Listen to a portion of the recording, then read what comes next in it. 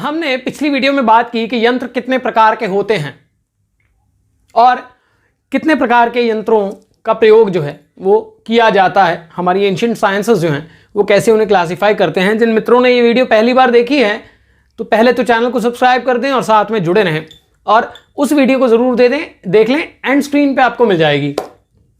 ठीक है, अब एक पहले भी वीडियो मैंने यंत्रों के बारे में बताई है, वो भी जो है एंड स्क्रीन पे आ जाएगी।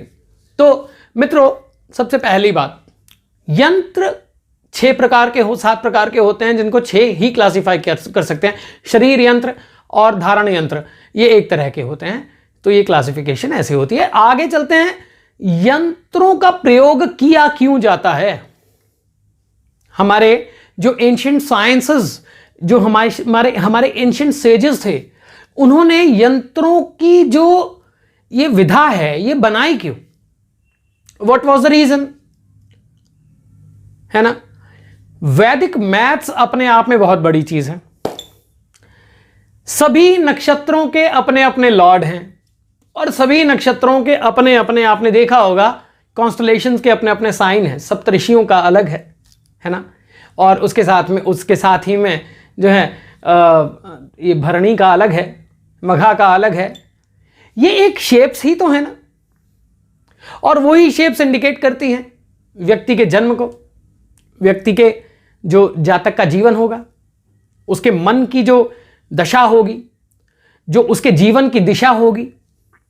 तो इसी प्रकार से यंत्रों का निर्माण, जब यंत्रों का मेरे हिसाब से देखा जाए तो यदि यंत्रों का आविष्कार किया गया होगा तो वह कितना साइंटिफिकली उसको बनाया गया होगा। यदि श्रीयंत्र बन रहा है तो, है ना, उसी प्रकार से न्यूमरोलॉजी के यंत्र होते हैं। कोई 36 का यंत्र है, कोई 20वां यंत्र है, कोई 36वां यंत्र है, कोई 49वां यंत्र है, ठीक है, जिसकी काउंट 49 जाती है। उसको उसी प्रकार से प्रवाहित भी किया जाता है। किसी को जो है यंत्र को अपने अपने तरीके से, सब ज्योतिषी तंत्र में प्रयोग किए जाते हैं।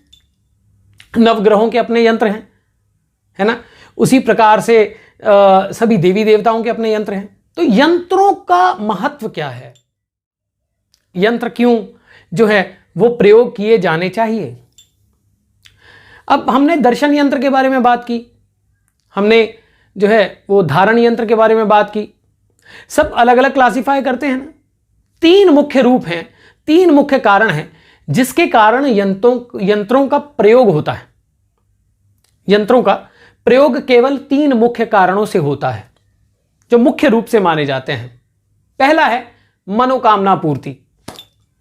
हर व्यक्ति चाहता है कि मनोकामना पूर्ति हो, मेरी इच्छा में जो है वो इच्छा पूर्ण हो, मेरी मैनिफेस्टेशन पूर्ण हो, मैं जो चाहता हूं लोग मुझे सराहें, या धन प्राप्ति चाहता हूं, प्रेम प्राप्ति चाहता हूं, जीवन में और कुछ प्राप्त करना चाहता हूं, तो वह मनोकामना पूर्ति के लिए यंत्रों का प्रयोग होता है।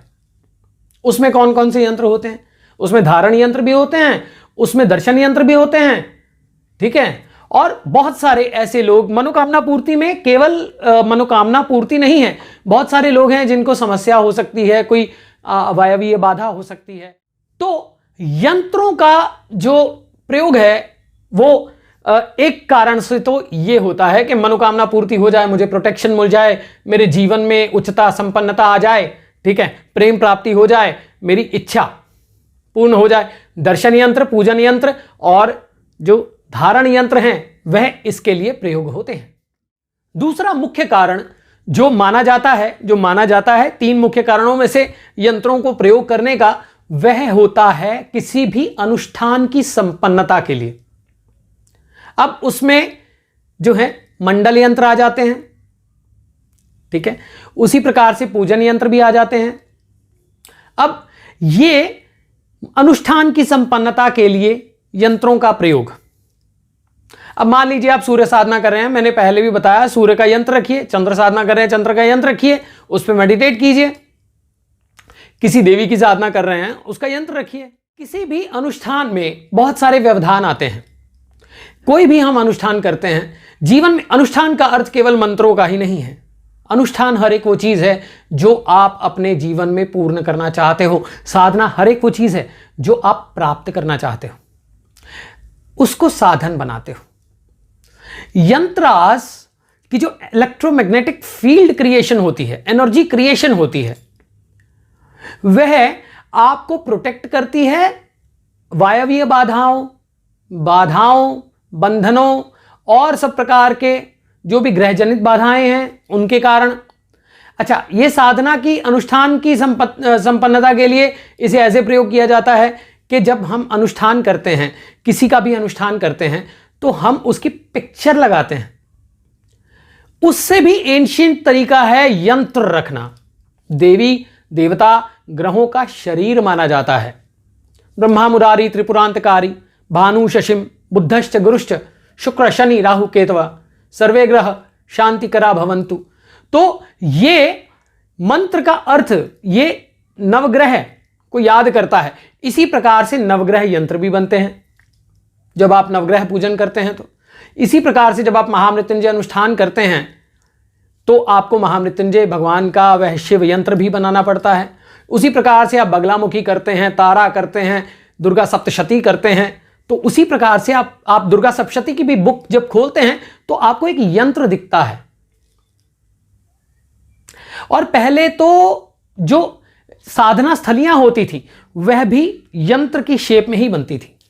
तो अनुष्ठान की संपन्नता के लिए अब जब नवकुंडीय कभी आपने यज्ञ अटेंड किया हो या 11 कुंडीय आपने यज्ञ अटेंड किया हो, उसमें कोई पान के पत्ते की शेप का है, योनि की शेप का है, कोई स्टार की शेप का है, कोई गोल है, कोई चौकोर है, यह भी यंत्र का ही एक हिस्सा है।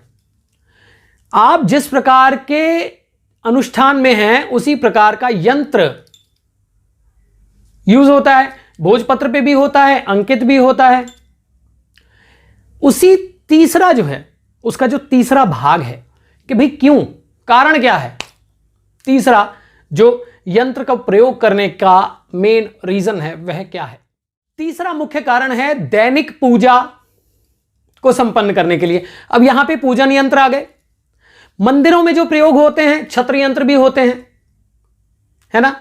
उसी प्रकार से दैनिक पूजा को या किसी भी कर्म को पूर्ण करने के लिए जो यंत्र प्रयोग होते हैं यह भी एक कारण है। मंदिरों में मूर्तियां तो होती ही हैं, उसके साथ में यंत्रास भी लगे होते हैं। क्यों लगे होते हैं? वह देवताओं का शरीर माना जाता है, मैंने पहले भी बताया। और उसी प्रकार से वह इलेक्ट्रोमैग्नेटिक फील्ड को वहां की क्लेंस करते हैं। क्योंकि जियोमेट्री, वैदिक मैथ्स, मैंने पहले बात की, जियोमेट्री, ये जियोमेट्री शब्द तो कहां से आया, परंतु हमारे ऋषियों को पहले से पता था कि किस देवी का हर एक, अब गोल यंत्र है, गोल यंत्र में अब महाकाली यंत्र आप देखते हैं तो ये गोल है, ट्रायंगल है, फिर उसके अंदर बिंदु है। श्री यंत्र देखते हैं, गोल है, ट्रायंगल है, एक ट्रायंगल, दो ट्रायंगल, तीन ट्रायंगल, राइट, और एक सही मापदंड में है।